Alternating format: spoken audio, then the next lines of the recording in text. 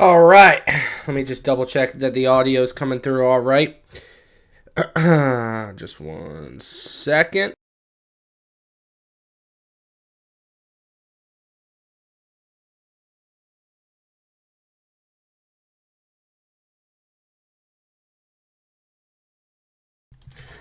Audio's good. All right. Wanted to hop on stream today to talk about one of the biggest results probably this season thus far. United beating Arsenal at the Emirates. It was a really, really good game of football. Hey, Ash, what's going on? Thank you for dropping a chat, because now I know that my chatbot is working. One of the best games I've seen this season thus far, mainly just because I really did not know how the game was going to go. As I was watching the game, Farajowski said, "What's up, mate? I knew it." You did say you thought you guys were going to win, so I have to give you that much, Farajowski. Definitely, Mindtrap said Limo, 6th place, bro. I know. That's we put ourselves in these positions, Mindtrap, when we drop points to Bournemouth. These are the sorts of things that unfortunately will happen. I 6th place. Look, we're under 2 points away from being in 4th, though. So that's one, I guess, kind of optimistic way to look at it. But to be honest with you, I think United played well today. I think the storyline, a large part of today's game will be around Arsenal and whether or not they are bottling the Premier League. Of course, that's kind of the title of the stream, and I'll get into why I don't think United necessarily, or rather Arsenal necessarily, are bottling the league. I think they should be concerned, and that's not even just completely resolving around this particular result, but I also think that there are things to look at if you're an Arsenal supporter that could be probably on the good side for you, and we'll get to that. But, just starting off with United. United looked good against Manchester City. In my opinion, they were the better team. Today, I think it was a little bit more of a back and forth between the two teams. Once Arsenal scored and equalized, I thought to myself, I really don't know how this is. I don't know what the result's going to be. I thought that there was a possibility it would end in a draw 2-2. I then thought to myself, well, maybe there's some scenario where Arsenal sneak out 3 points. And if Arsenal were to get a third goal and sneak out 3 points, I would have looked at it from the perspective of tip your cap to them. That is the type of result that champions get. But United looked extremely, extremely good last week, and then I felt today they looked pretty decent as well. I think even with Arsenal scoring the second goal, in my mind, I was looking at it and thinking, you know what? If Man United come out of this with a draw away at the Emirates, that'll be a fairly decent result for United. I knew that obviously would put them at 36 points. They would be just below Chelsea and tied with Liverpool. But now with the 3 points, 38 points, 2 points clear of Liverpool, 1 point clear of Chelsea. Those three teams are going to be, in my opinion, the big teams that are going to be battling out for Champions League spots this season. United are the hot team. Chelsea under Liam, I forget how to say his last name. I only know his name's Liam Rosenier. I know his name's Liam because that's my name. But, they got 3 points today as well against Crystal Palace. Obviously, I think Palace are in a weird position right now with Glasner announcing he'll be leaving the club and obviously Gahey going to Manchester City. But nevertheless, getting 3 points today for Chelsea was a big result as well. I think for United, you have players that can score goals and create chances. We saw it last week with Mbeumo and Dorgu. You saw it again this week with Mbeumo and Dorgu. And then you add on that beautiful goal from Cunha. I mean, individual brilliance from your players from United today. I thought the each and every goal that United scored today, all three of them were very, very beautiful goals. You had the likes of Mbomo's first goal, I thought, where he just dragged it past the goalkeeper. A very, very nice goal. Not Bishak said W United. I thought his goal was very, very nice. Dorgu's goal was good. I think that a lot of people have, I've seen people talking about the Dorgu goal as well, and the narrative is that, it's an unbelievable screamer. It is. But once the ball pops up to him there, his only option in the position of where he is on the pitch, his only real option is to just have a crack at it. And he did, scored, and you have to give him credit for that, but you have to give him credit for the finish because it was a nice finish. But I do think in that position, you just have to have a whack at it. Whereas Cunha's goal to win the game, that is a beautiful goal. You can't even argue to me that it isn't. It's to me the goal of the game, for him to take it, bend it in there from as far out as he is as well. Yeah, I think yeah. Abhishek said, anyone else, Arsenal wins the league, then it's W. I don't know what that means. Apologize, brother. I'm not 100% certain I know exactly what that means, if I'm being entirely honest. Yeah. Overall for Arsenal, my outlook on it. Are they bottling? No, not yet, but they're getting closer to it. Bottling and Arsenal have just, those two terms, unfortunately for Arsenal's sake, they've kind of just intertwined with each other. I think Arsenal should be a bit concerned. Like, I'm not gonna lie, I don't think it was a good result. Not Abhishek said, I don't want Arsenal winning the league. Oh, okay. Yeah, look, we got ourselves a title race. We got ourselves a 3-horse title race right now. The good thing, if you're an Arsenal supporter, is that at the end of the day, I think Man City and Villa are not firing on all cylinders. Obviously, they both won this weekend, but City played Wolves. We saw them drop points in the Champions League against Bodo Glimt. We saw them also drop points last week against United. I do think that the players on Manchester City and, of course, Pep Guardiola, them seeing the results of today, I do think it's going to inspire them a little bit more and create a little more confidence within the team. Because, of course, it's just, you're 4 points off the top now. Mindtrap said, I think they bottled it. Not Abhishek said, it's still January. It is still January. I do agree, but I think Arsenal have played the best. They've been the best team in the Premier League so far this season.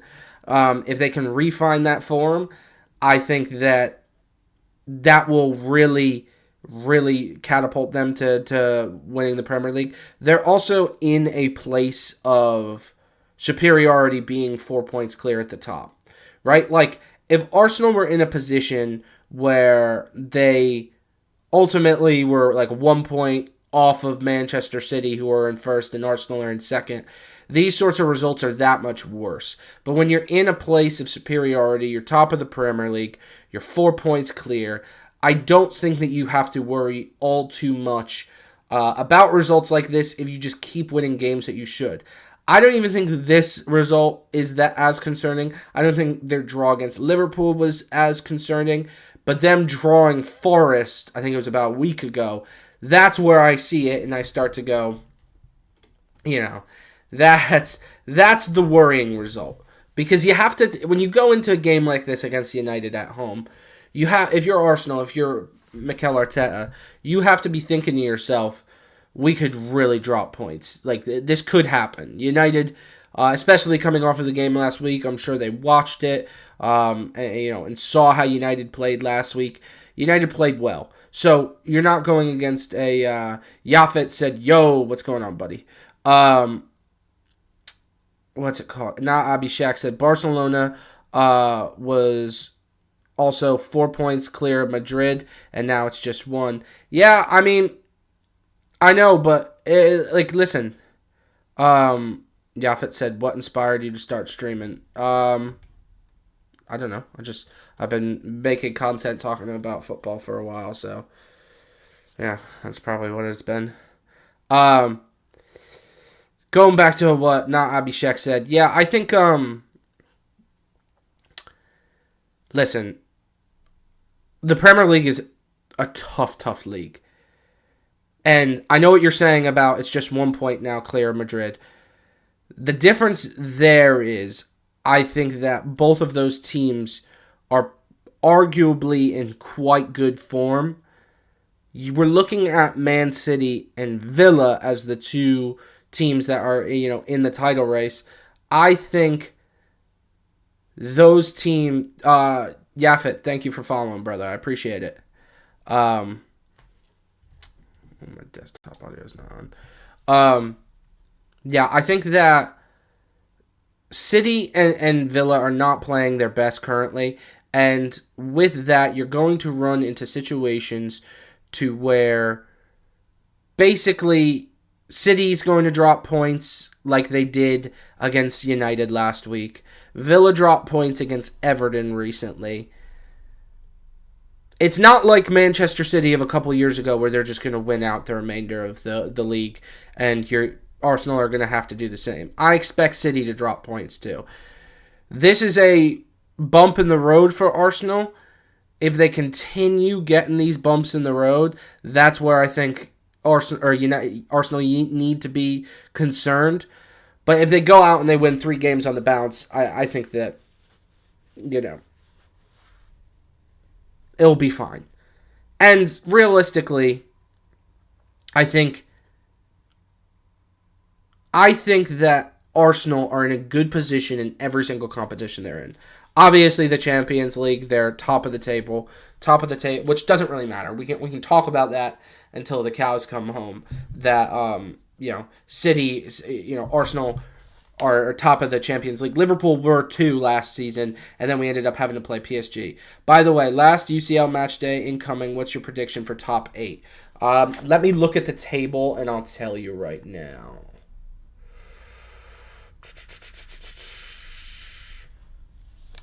And also, Arsenal are going to be top of the table. Arsenal are going to be first, I think. Who do Bayern play? Bayern play PSV. I think Bayern will be in the top 8. Real play Benfica. Real will be in the top 8. I know Liverpool play FK Qarabağ. As bad as we've been recently, I do expect us to win that game as well. Tottenham have to play Frankfurt. I'll be honest, I'm looking at this top 8. Who do Chelsea have to play? Chelsea have to play Napoli. I could see them not finishing in the top 8. I could see Newcastle have to play PSG. I could see that's going to be the biggest game, is that Newcastle PSG game, because they're 6 and 7 right now.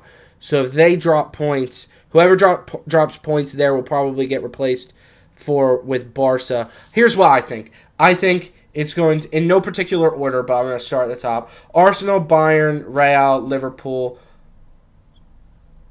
Tottenham, PSG, Barca, City. Frankfurt could be tricky, but I think that it's good. Is it in? Where is it? It's weird too, because Spurs are so shit to play at home. Nah, though, you know what, man? I'm looking at Frankfurt's record in the Champions League. It's not very good. It could be a tricky game for them. But I think, Liverpool played Eintracht Frankfurt earlier this season as well. I think I think Tottenham will win that game. As bad as I think Tottenham actually have been too, I don't think Tottenham have been great. But I do think that I do think Tottenham will win that game. I'll be real. Frankfurt, when we played them, was not good.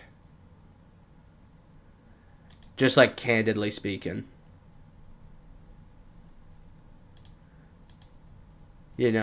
I think Spurs will win that. Now, could I see a world where Spurs drop points there? 110%. Like, I think there's almost a likelihood that they could. But I think that also with that, Spurs.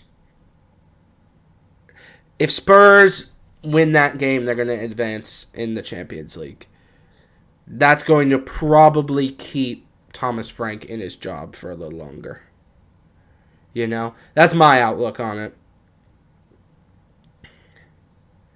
I think that's what it comes down to, is that if Tottenham if Tottenham stay in the Champions League, I think Frank will keep his job.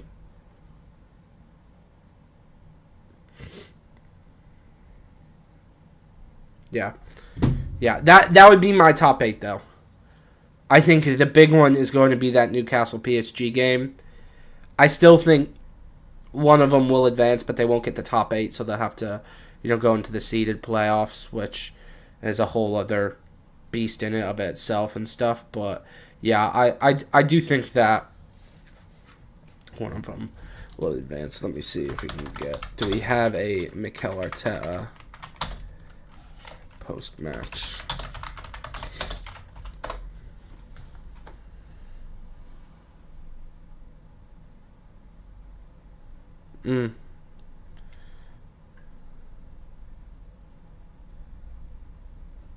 This can't be true. Someone says Mikel. There's a video already on YouTube. It says Mikel Arteta admits he will bottle the title. Come on. Beanie Man Sports is live right now. It doesn't look like. Yeah, no, it doesn't look like there's a post-match interview just yet. There is one. Let me go to Sky Sports. Not Abhishek said 18 matches at exact same time is crazy stuff. Yeah. It really is. That's such a, like, and I say this, like, obviously I'm American. Like, that is the American fucking influence on the Champions League. That, like, because that's like when we watch American football. Like, most of the games are played 1 p.m. Eastern time on Sunday. It's the, right now it's the NFC and AFC championship today, actually. My team, the Seahawks, are playing. But typically, like, during the regular season, that's what it is. We got Roy Keane, Patrick Vieira, and Michael Richards react to Arsenal versus United. I might play this. Hold up, I'm just getting it up on my screen here, and then I'll stream it.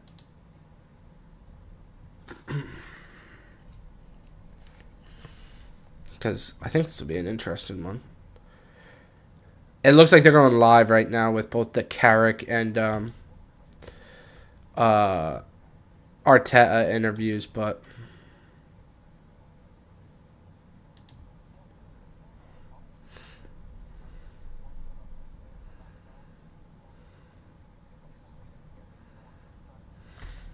just one sec. I'm trying to get it up right now, and I'm getting all this laggy bullshit. Let's see here. Mindtrap said, Limo, guess what? In an interview, Slot was asked whether he'd rather win the Champions League or League, on which he said Champions League. What's your take?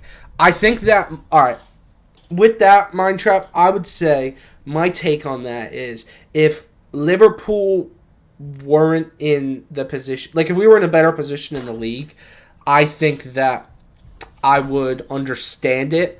But also, too, on top of that, I think UCL is more important than any league, isn't it?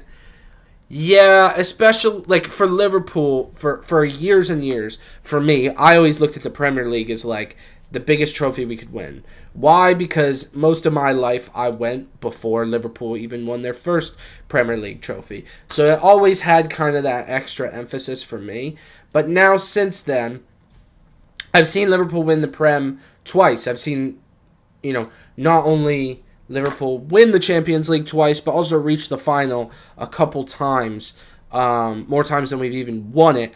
I would say I think he may get some stick for saying that, and I kind of understand it because Liverpool just aren't in a good position in the Prem currently. So him saying he'd rather win the Champions League might make him look a little bad, but I do understand it in the sense that he's already won the Premier League. Of course, he probably wants to win. He would rather win the trophy that he hasn't won already. Also, too, look at it like this, Mind Trap. Obviously, he hasn't been playing well. A lot of people, like myself, have been saying that the sack should be coming, but if he wins a Champions League this season, you can't sack him. If he goes Premier League, Champions League, you can't sack him. So he's probably also thinking about it from that perspective of, like, if I won the Champions League with Liverpool, probably going to keep my job. But, all right, I'm going to play this, what's it called? This video. It's Roy Keane, Patrick Vieira. I think Micah Richards is there as well. Let me know if it's in chat, if this is coming through good and everything.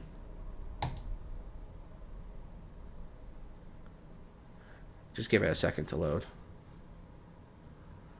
Oh, come on. What credit then goes to Michael Carrick? Because it does, in the last 2 weeks, look like a team transformed. Yeah, it does, obviously. And Harry makes a good point. They got a lot of their players up. Sorry, because I had it paused in the background. It's done this. Wearing number 7 badge on the arm would look great, yeah. It definitely would. What credit then goes to Michael Carrick? Because it does, in the last 2 weeks, look like a team transformed. Yeah, it does, obviously. And Harry makes a good point. They got a lot of their players are back now. There's a full group. They've got full weeks together. There's no other distractions. They can focus on the league form, and they're producing. But as we know, you win 1-2 games for Man United, fantastic. Particularly to beat City and to come to Arsenal where... But I felt United would get a result today. I was thinking maybe more of a draw, but I always felt United would turn up, and they've got enough quality players.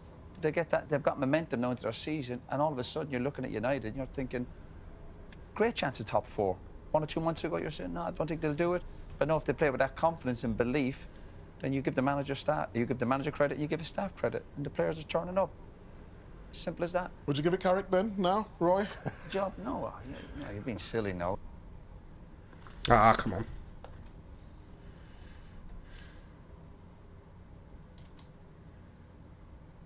Well, no. No, Serious? no, would you give him the job? He's had two great performances. Yeah, 2 great performances, but anybody can win 2 games. That's what he does at the end of the season. And even if they do get into 4th, I still wouldn't be convinced he's the man for the job. Absolutely not. I still think they need a bigger and better manager. But he's got the opportunity. What a chance it is for him. And you know what? He's taking it. So, fair play to him. Micah, we're here till 8 o'clock. We've got all that time to get into the weeds of Manchester United's future. But in terms of Arsenal, Patrick, what does this defeat do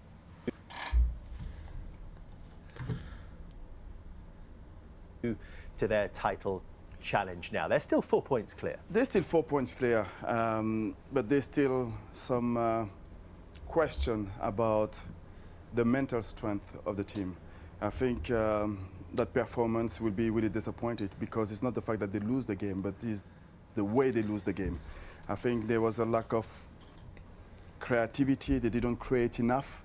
I think Saka on the right or Trossard on the left-hand side didn't produce enough to really create danger for United. So they will be, I think, in this situation, a leader to lift the spirit of the team. There will be this momentum where we will need somebody to make them understand that when they are on the field, they have to play. I think this is a team who are full of quality, and to play with more energetic and to take more risk because they've got the quality. And it was a disappointed performance because I felt that they didn't play with this kind of freedoms to express themselves. But in terms of leaders, Micah, they had the captain Odegaard on the pitch. They took him off before the hour mark in that quadruple change. Yeah, but you lead in different ways, don't you? He leads on the field in terms of his creativity. Didn't really get into the game today. I think Patrick raises a good point in terms of that psychological battle, knowing that you want to win today. You win today, it puts you in good stead. And then it's against United. Okay, they had a good result last week, but can you get over the line? There was a lack of urgency, a lack of energy. Now, Abhishek said some Spanish media outlets publishing that Madrid's board wants Trent out of the club because underperforming on attacking and defensive aspects and to offload heavy wage bills. That's interesting. I have seen, just one second, very interesting stuff in this interview, but it's lagging a bit. And shout out to Michael Richards, but it was definitely more the other two that I was interested in. Yeah, I have seen a lot of, kind of rumors and things of that nature indicating that Trent would be potentially leaving the club. I think that's interesting. I don't know where he'd go. To me, if I was to guess, I would probably say he would go to somewhere in Germany, more than likely, of course, Bayern Munich or something like that. I don't think he would return to England. Maybe he would try to come back to Liverpool. The only way I would see that, the interesting thing is, with him leaving and going to Real Madrid, source Marca. Don't know who Marca is, but thank you for giving the source, not Abhishek. I think that one thing to take into consideration with the Trent thing, I don't think Liverpool are ever going to take him back. At least under this same format of the hierarchy of the club. A couple of years down the line, if we have different people at the club, and maybe there's some sort of hint that he would want to come back to Liverpool, I could maybe see that. But also, too, kind of knowing what I've heard and what I know about the whole Michael Owen situation, which obviously is very similar, academy Liverpool player leaving to go to Real Madrid. Marca is a pro-Madrid media outlet. Okay. Makes sense. Thank you, brother. Knowing everything I know about the Michael Owen situation, I would say Liverpool are probably not going to welcome him back with open arms. There was, if you don't know the entire situation around Owen was leaving to go to Real Madrid, and I guess that there was kind of an understanding between Owen and Liverpool that at some point in his career he would return to Liverpool. Now, granted, this was a lot earlier in his respective career than it was for Trent's.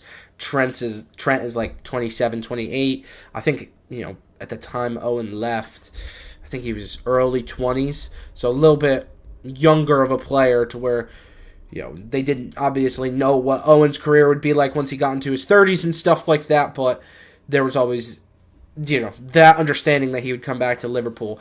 And my understanding of the whole situation is that when he went to Newcastle, basically he was meant to go to Liverpool, but Liverpool were not going to pay the money that Real wanted, and Newcastle were, so the club was just kind of like, we're going to take double the amount of money and you're going to go play in Newcastle. If I was to guess, I don't think that Trent has an understanding at the club that he'll return. I think he probably regrets his decision. I mean, the shitty part about Trent leaving Liverpool, to be honest, Farajowski said United all the way. The shitty thing about... are you saying you think Trent will come back to... or will go to United? Oh, if he does. If he pulls no one in that regard. Oof. He can't. I don't think he can. He will. I think Owen going to United was bad, but I think it was definitely a completely different situation.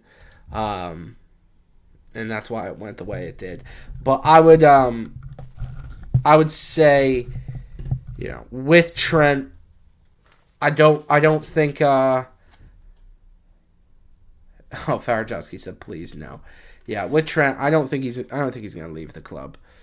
I don't think he's going to leave Real just yet. It's so early in his career. And this is the thing is, people go to Real, they choose, I'm going to leave my club to go to Real. If Real Madrid come knocking, I'm going to Real Madrid.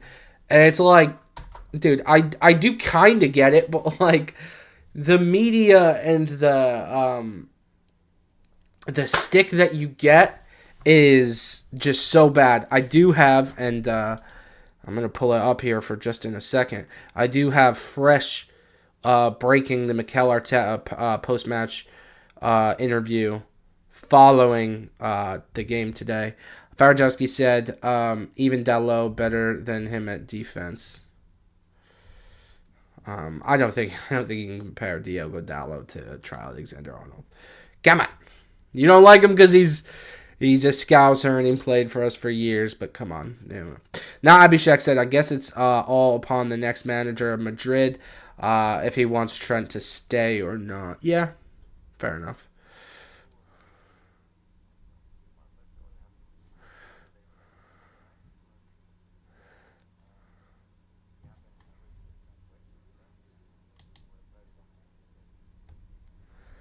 Let's see how Arteta takes all of this, if he's going to be excuse FC or if we're going to see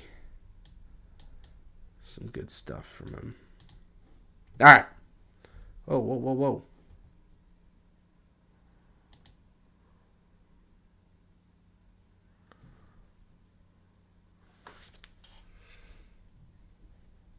Oh, my bad. Hold on one sec.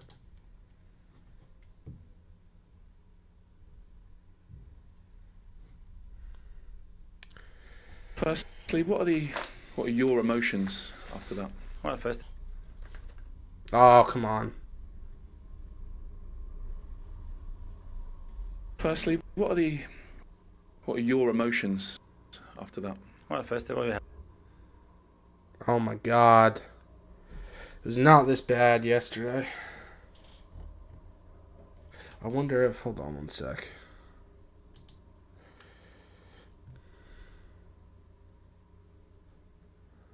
One second.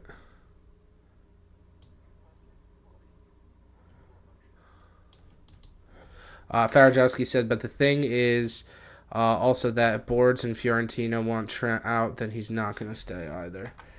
Yeah, but did Fiorentina his opinion change just in the past couple of months? Like, Trent struggled with injuries there. Like, I do know what you're saying, and I do agree that when United decide, or when rather Real decide they want you out, like, you're gone.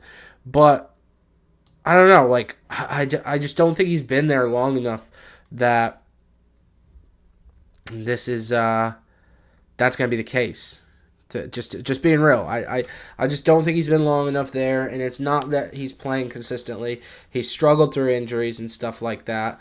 I do think that once you start to hear these rumors about sorry, let me get this under the show. Once you start to hear these rumors about Real Madrid having issues, you really start to see the writing on the wall, and you probably will see that come to fruition somewhere down the line. But it's always, in my personal opinion and experience of watching United or Real, it always happens later on. You hear the murmurs, you hear the rumors, but then it happens later down the line. So I think that probably the pressure is on Trent to remain fit, to stop getting injured, and to contribute more to the team. But I just gotta be real, bro. I don't think that they're going to look to move on from him just yet. I don't know what his wages are like at Real. I'm assuming they're excessive. I just find it just so hard to believe. if Florentino could kick Cristiano out as peak, he could do anything. Yeah, but he'll do things that he wants because he thinks it's advantageous for Real Madrid. And I just don't think that kicking Trent out of the club at this point is in the best interest of Real Madrid. Sorry, my browser is freaking out. Just had to close it.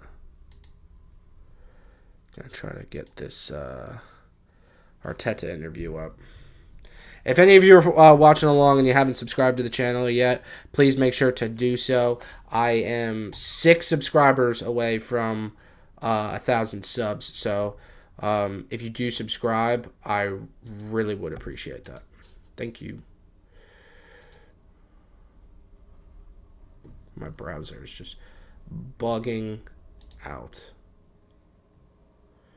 Wasn't this bad yesterday either.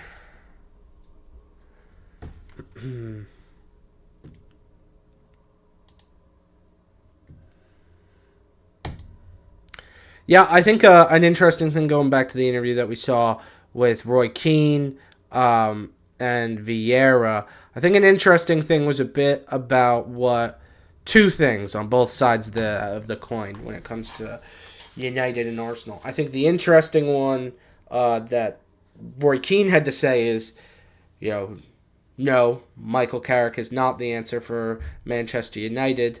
I think that's interesting because, realistically, he's done all right at the club so far. That's my personal opinion. United have looked good in the 2 games that he's been in charge. Now, do I think it's understandable for maybe United to be looking at it and saying, let's not get ahead of ourselves? He's won a couple games. The vibes are high. But there's a lot more to do, and we're going to have to evaluate this at the end of the season, of course. But, yeah. Not Abhishek said 15 mil a year plus 20 million signing bonus. Jesus. How much is 15 mil a year on weekly wages? 15 million divided by 52. Yeah, so he's making about 288 grand a week. Mindtrap said, it's actually in the best of them, Limo. Defense liability paid handsomely and can't actually stay fit. That's Trent. My camera said we are 6th now. Yeah, I know, my camera. It's a shitty time for Liverpool. We should really make a change at manager, will we? Probably not. Yeah, I understand all of that about Trent, Mindtrap, but look, I don't necessarily know. I don't necessarily know if that's they're going to make that decision now at this point. I just truly don't. I don't see why you're just going to call it quit. Because here's the thing is, right? With Trent, if Trent is on 288 grand a week, right? I do not see a world where they're going to be able to just flat out sell him and he's going to just take a dip in wages. Maybe a more likely situation would be that he would get loaned out and someone would just, Real would have to pay 25% of that wages and the rest would have to pay the rest. The club he went to would have to pay the rest. I don't know, but I just don't see the benefit for Real just ditching him at this point. Do I think it would be kind of funny because I don't like Trent? Yes, for sure. But do I think that it's in everyone's best interest? I don't, man. I have to be real.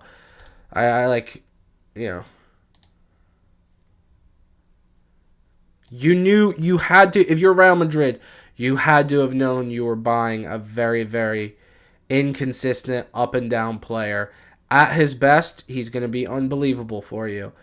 At his worst, he's going to be injured. Saudi is an option. Oof. Trent to Saudi. That would as much as I don't like the guy, I think he did Liverpool a bit dirty. Saudi at like 27 for Trent Alexander-Arnold sucks.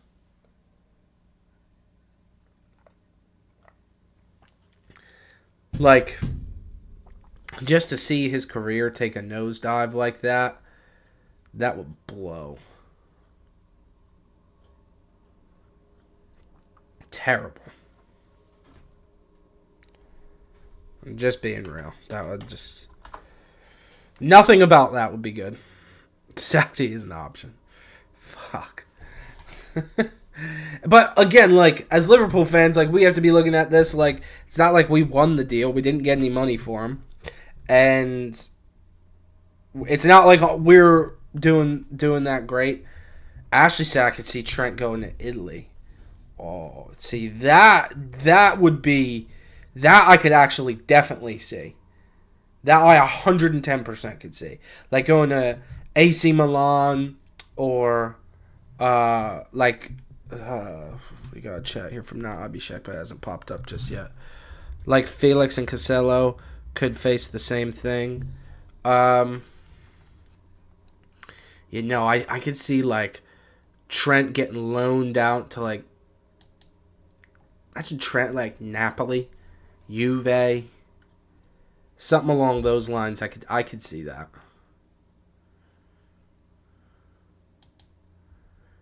Because it's like, let's be real, like, no disrespect to the Italian league. It's definitely, I would say, a step down from both the Prem and La Liga. But I could see that. Let's see if we got any more subscribers. Nope, still at 994.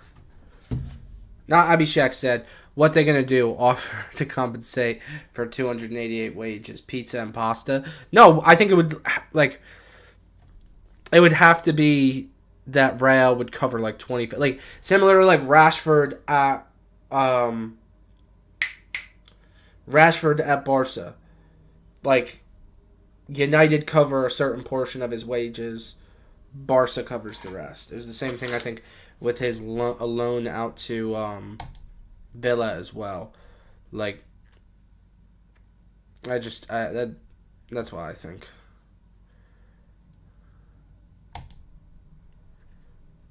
Because, like, Trent's good. Like, that's the thing is, like, I think especially, like, I expected him to do well at Real because, okay, which one do I want to do here? I guess I'm going to do this Arteta interview.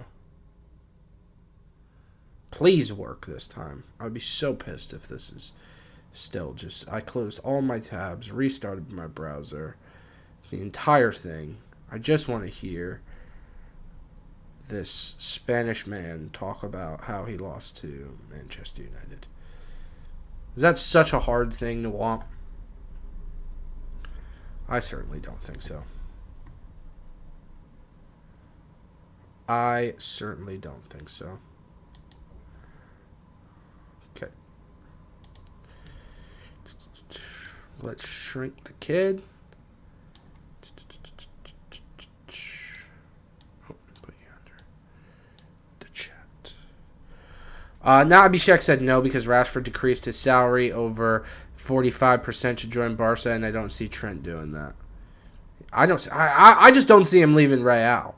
But like if we're talking about where he potentially might go if he does, I'm just saying I think Italy could potentially be an option.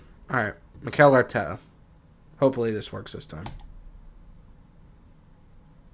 Oh, I'll give you guys some sound. I'm sure. Assessment of that. Jolly from ESPN. I'm sure assessment of that. Well, first of all, congratulate Man United for the victory. I think we started the game really well. The first half an hour we were very dominant, playing in the areas that we wanted, score a goal, had two fantastic chances to score another one. And after that, we gave them the goal, which errors are part of football, very unlikely, unlike us, but we gave them the goal and hope, and that shifted the energy.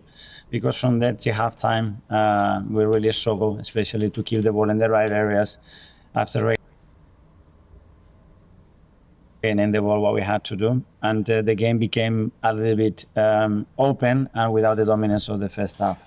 And after that, in the second half, well, they had two brilliant goals, some individual quality and magic moment in big games. That's a good example of that.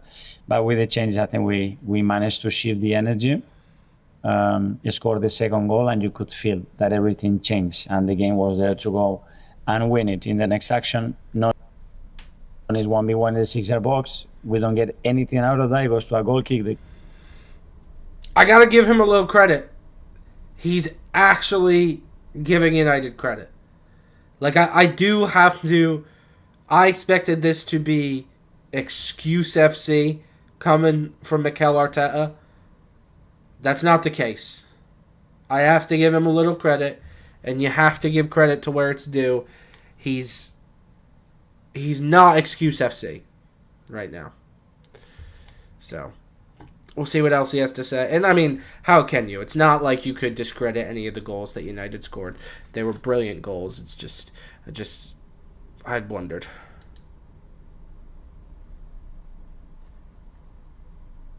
Close the structure box. We don't get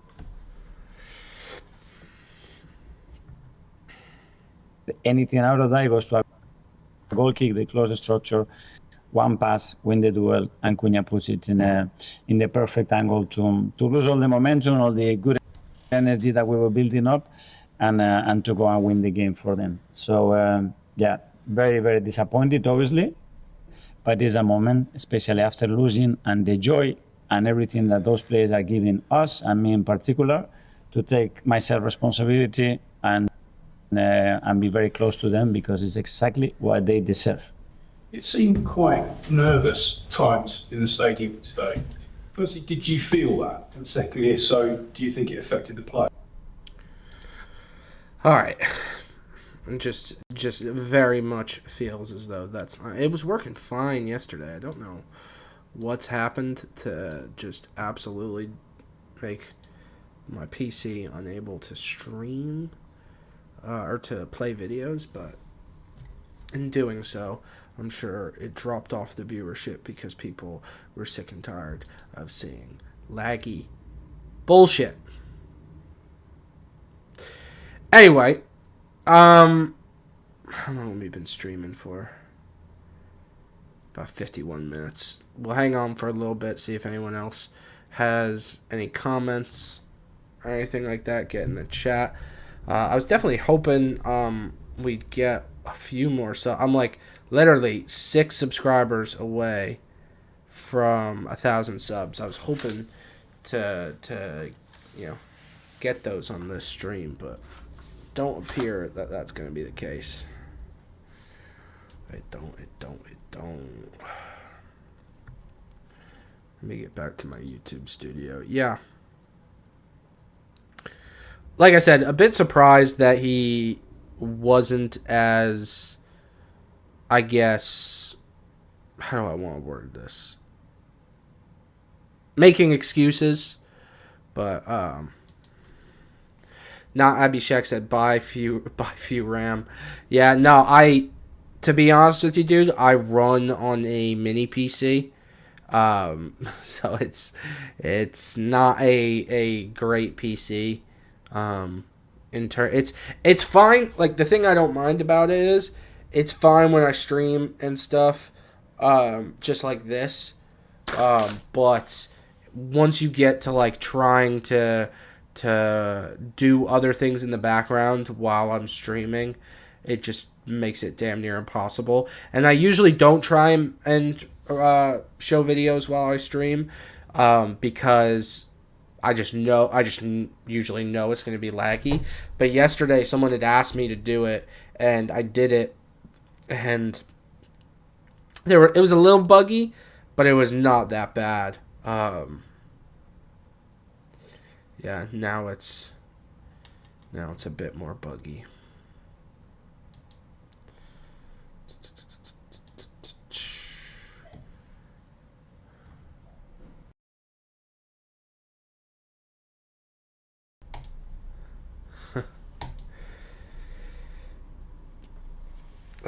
Yeah.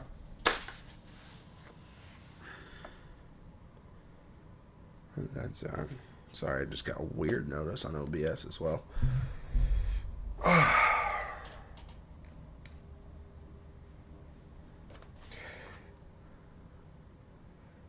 Now Abhishek said $800 for 2 sticks of RAM. Oh my lord. Is that the truth? Is that how much it costs? Jesus. That's insane if that's how much 2 sticks of RAM costs. I've looked into like PC builds and stuff like that because I know like if you're going to do it for like non-gaming, it's not as crazy because like I don't game and shit. I'm an adult. That sounded. I apologize. If any of you game, I'm not trying to be an asshole. God bless. I don't really care. But yeah.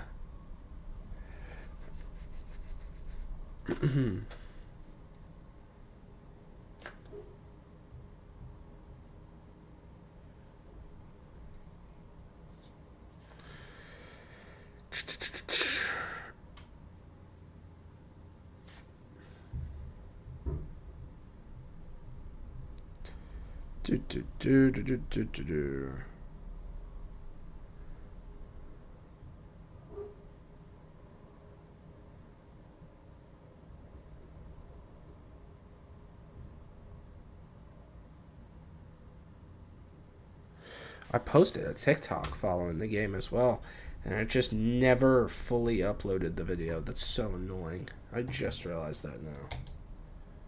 That's so annoying. My camera said, I think our big problem is fullback. Kirkes and Frimpong, we really need fullbacks to help Kanate and Virgil van Dijk because this is not futsal to defend with 2 players. Our fullbacks think they are Messi and CR7. But, like, I think I talked about it a little bit in the stream yesterday as well, my camera. I don't necessarily disagree with you. But my whole thing is, with this manager and with this club, why, if not Abhishek said, the prices have insanely rise because the company which made RAM are now dedicatedly making RAM for AI companies, not for normal people. That's bananas. Going back to what you said, my camera, I think that why are we purchasing or why are we going out and acquiring Jeremy Frimpong if we are not going to play with a fullback that is getting higher up the pitch? That was always his player profile. We went out and got him. I've wondered if maybe he was more as like a Salah replacement, to be honest with you. But, you know, that's his style of football. Like, we went out and got Jeremy Frimpong for a reason. We knew the style of football that he played. I think it's unfair to be like, oh yeah, we need a right back that's just going to sit back and defend. We don't need one that's going to try to get up the pitch. You know, when that was always his player profile. You know? He was always that type of player. Always the type of player who's going to bomb forward, try to advance the ball further down the pitch, get into dangerous areas, be a threat in the attacking third. And I understand what you're saying, that with our center backs, we need a little bit more defensive responsibility, but it just frustrates me because why are we going out and getting an attacking-minded fullback then? You know, and even Kirkes, not as much of an attacking-minded fullback as, let's say, Frimpong is, but even still, he gets, you know, decently far up the pitch. Now Abhishek said, if Shabby comes, Wirtz and Frimpong will be balling again. They both are made for transition type of football. Yeah, I mean, I think that the fact that we went out and got those 2 players really speaks to the fact that a transition to Xabi Alonso as manager could potentially be a good idea. Like, we have 2 players that he famously had at Bayer Leverkusen, so yeah. I agree.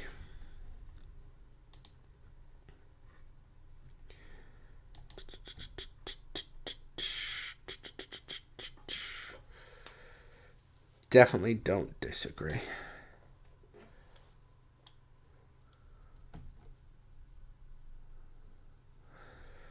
What else, boys? What other topics do you want to talk about before we kick it off?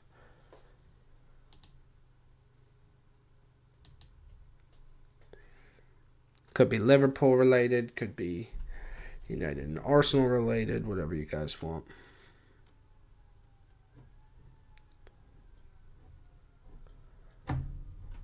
There's like police sirens or something in the background of outside in my stream. Yeah, the top 4 race, in my opinion, became interesting today. And I think the title race became infinitely more interesting today. Had Arsenal won today, and it's interesting to hear Roy Keane talk about it and basically say, well, I expected United to get some sort of, not Abhishek said, Xabi is still looking for job options, so it's better late than never. My camera said yes, because yesterday we had just defender Virgil van Dijk, and Endo is also not a center back. No, he certainly isn't. But I think we'll get Konate back fairly soon. The big one, I know someone was saying about it in yesterday's stream, it's like Joe Gomez still at Liverpool. Like, surely he would like to go play regular first team football like somewhere else, because every time he plays first team football for Liverpool, he gets injured. Every time. And I feel bad for him because I don't think he's necessarily that bad. Okay. Not Abhishek said, which are possible matches that Arsenal could lose in the Prem? I'm going to go through them right now. Okay. They play Leeds. I'm just going to go through the remainder of their games and let you know what games I could see them potentially, I'm going to just say even just I could see dropped points, Leeds away at Elland Road. They'll win that game. Then Chelsea, but that's in the cup. At home against Sunderland, I think that they're going to win that game. Obviously, they drew against Sunderland away at the Stadium of Light earlier this season, but I think that they'll win that game. Brentford away, I think that's a trickier game for Arsenal, but I do expect them to win. Spurs away at the end of February, I think that they'll win that game, especially unless there's some sort of change at Tottenham, manager-wise. Tottenham have one of the worst home records I've ever seen from a team in Premier League history. Then they have Chelsea at home. I could see drop points there. So that's one of the games. I could see it. Brighton away, they'll win. Everton at home, they'll win. Wolves away, they'll win. That's the remainder of March. We're in April. Home against Bournemouth, they'll win. Away at Man City, could see points dropped there. So that's the second game I could see them dropping points. Home against Newcastle, I could see them dropping points there. Into May, you have them at home against Fulham, they'll win. Away against West Ham, they'll win. At home against Burnley, they'll win. And Palace, they'll win. So there's just a couple games that I could see them dropping points. Other than that, I think, it's the big clubs. I think it was Chelsea, Man City, Newcastle, and maybe Tottenham, like it is the North London derby, but I think they're head and shoulders above Spurs, to be honest. So,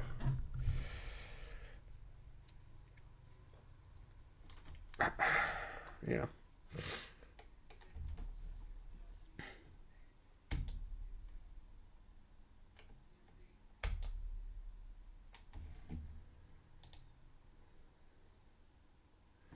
All right. I'm going to hop off stream. Not as popping as it was yesterday. Hit about an hour. I hope you guys have a great rest of your day. Thank you guys for hopping on and chatting with me. If you haven't, make sure to subscribe to the channel. I'm just outside 1,000 subs, so I really, really, really do appreciate that. Thank you all.